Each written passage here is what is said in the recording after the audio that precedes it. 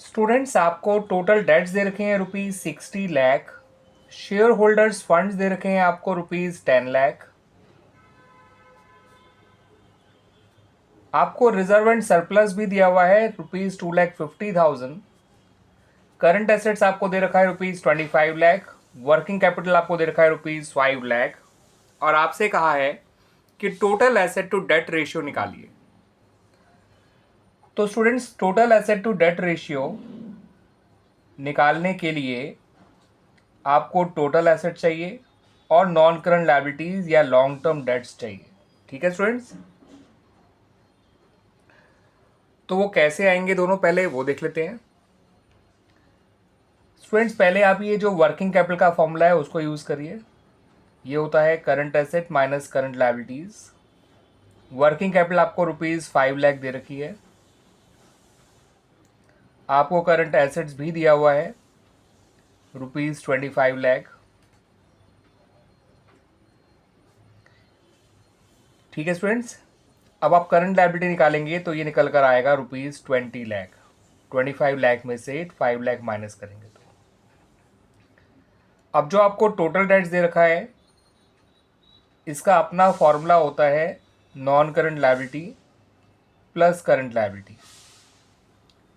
ठीक है स्टूडेंट्स, तो नॉन करंट लायबिलिटी आपको ढूंढनी है। करंट लायबिलिटी आपने अभी ढूंढ ली है। टोटल डेट्स की जगह लिखिए ₹60 लाख। करंट लायबिलिटी की जगह लिखिए ₹20 लाख। सॉल्व करेंगे तो आपका जो नॉन करंट लायबिलिटी है वो आ जाएगा ₹40 लाख। ठीक है स्टूडेंट्स,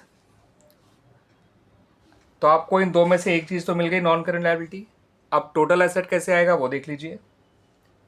टोटल एसेट निकालने के लिए आपको शेयर होल्डर फंड में नॉन करंट लायबिलिटी और करंट लायबिलिटी दोनों को ऐड करना है। शेयर होल्डर फंड आपको दे रखा है ₹10 लाख। ठीक है स्टूडेंट्स, प्लस करिए नॉन करंट लायबिलिटी जो आपने अभी निकाला है ₹40 लाख, प्लस करिए करंट लायबिलिटीज जो है ₹20 लाख। इन सबको जोड़ देंगे तो ये निकल कर आएगा ₹70 लाख। ठीक है स्टूडेंट्स, तो आपके पास टोटल एसेट भी आ गई है जो कि ₹70 लाख है। आपके पास नॉन करंट लायबिलिटी भी आ गई है जो कि ₹40 लाख है। ठीक है, तो आप अपना total asset to debt ratio बड़ी आसानी से निकाल लेंगे। यहाँ पर बस एक चीज़ का ध्यान रखिएगा स्टूडेंट्स कि ये जो आपको रिजर्व सरप्लस दे रखा है ये ऑलरेडी शेयर होल्डर फंड का पार्ट होता है। इसे आप गलती से शेयर होल्डर फंड में ऐड मत कर दीजिएगा, ना ही सब्ट्रैक्ट करिएगा। ठीक है स्टूडेंट्स, तो total asset to debt ratio निकालने के लिए टोटल एसेट जो कि ₹70 लाख है उसको डिवाइड करिए नॉन करंट लायबिलिटी से जो कि ₹40 लाख है। आपका आंसर आएगा 1.75:1। क्लियर स्टूडेंट्स, आगे सुन में। अब इस क्वेश्चन को देखिए स्टूडेंट्स, यहाँ पर आपको टोटल डेट्स दे रखे हैं ₹12 लाख। शेयर होल्डर फंड दे रखा है ₹2 लाख। रिजर्व एंड सरप्लस दे रखा है 50,000। करंट एसेट है 5 लाख। वर्किंग कैपिटल है 1 लाख। यहाँ पर भी आपको total asset to debt ratio निकालना है। बिल्कुल सिमिलर सा ही क्वेश्चन है। पहले आप वर्किंग कैपिटल का फॉर्मूला यूज़ करिए, current asset minus current liabilities. Working capital की जगह ₹1 लाख लिखिए। करंट एसेट की जगह ₹5 लाख लिखिए। करंट लायबिलिटी को करंट लायबिलिटी रहने दीजिए, इससे आपका करंट लायबिलिटी निकल कर आ जाएगा ₹4 लाख। क्लियर स्टूडेंट्स, अब आप टोटल डेट्स का फॉर्मूला लिखिए, non current liability plus current liability. Total debts की जगह लिखिए ₹12 लाख। नॉन करंट लायबिलिटी को नॉन करंट लायबिलिटी रहने दीजिए। करंट लायबिलिटी की जगह लिखिए ₹4 लाख। सॉल्व करेंगे तो नॉन करंट लायबिलिटी निकल के आ जाएगा ₹8 लाख।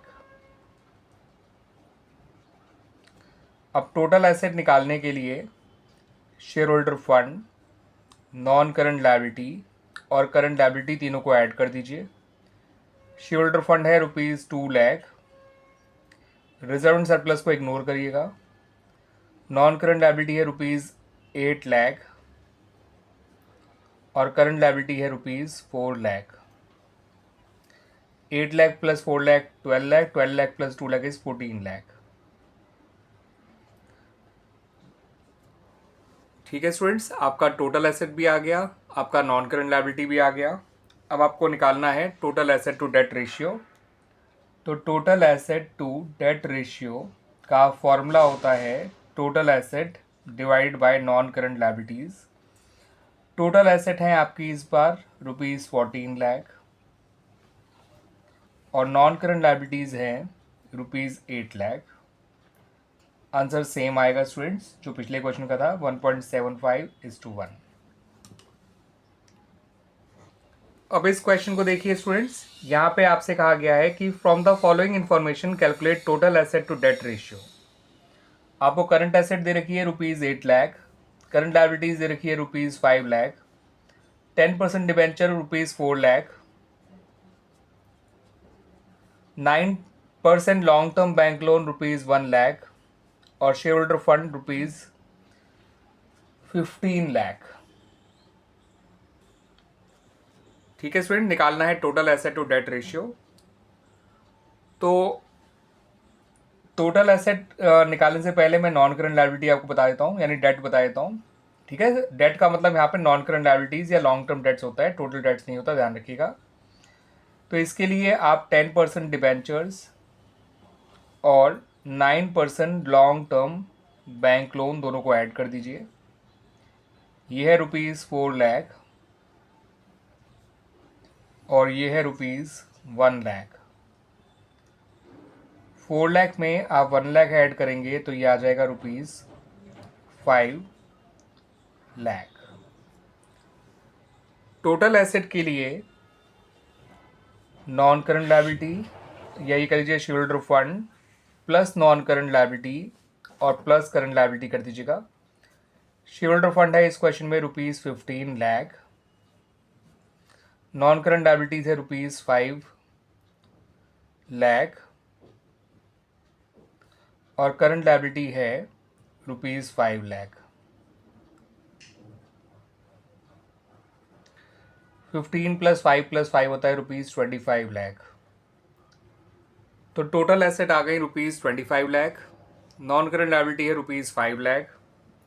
तो total asset to debt ratio जिसका फॉर्मूला होता है total asset upon non current liabilities, ये निकल कर आएगा ₹25 लाख डिवाइडेड बाय ₹5 लाख, यानी कि 5:1। ठीक है स्टूडेंट्स,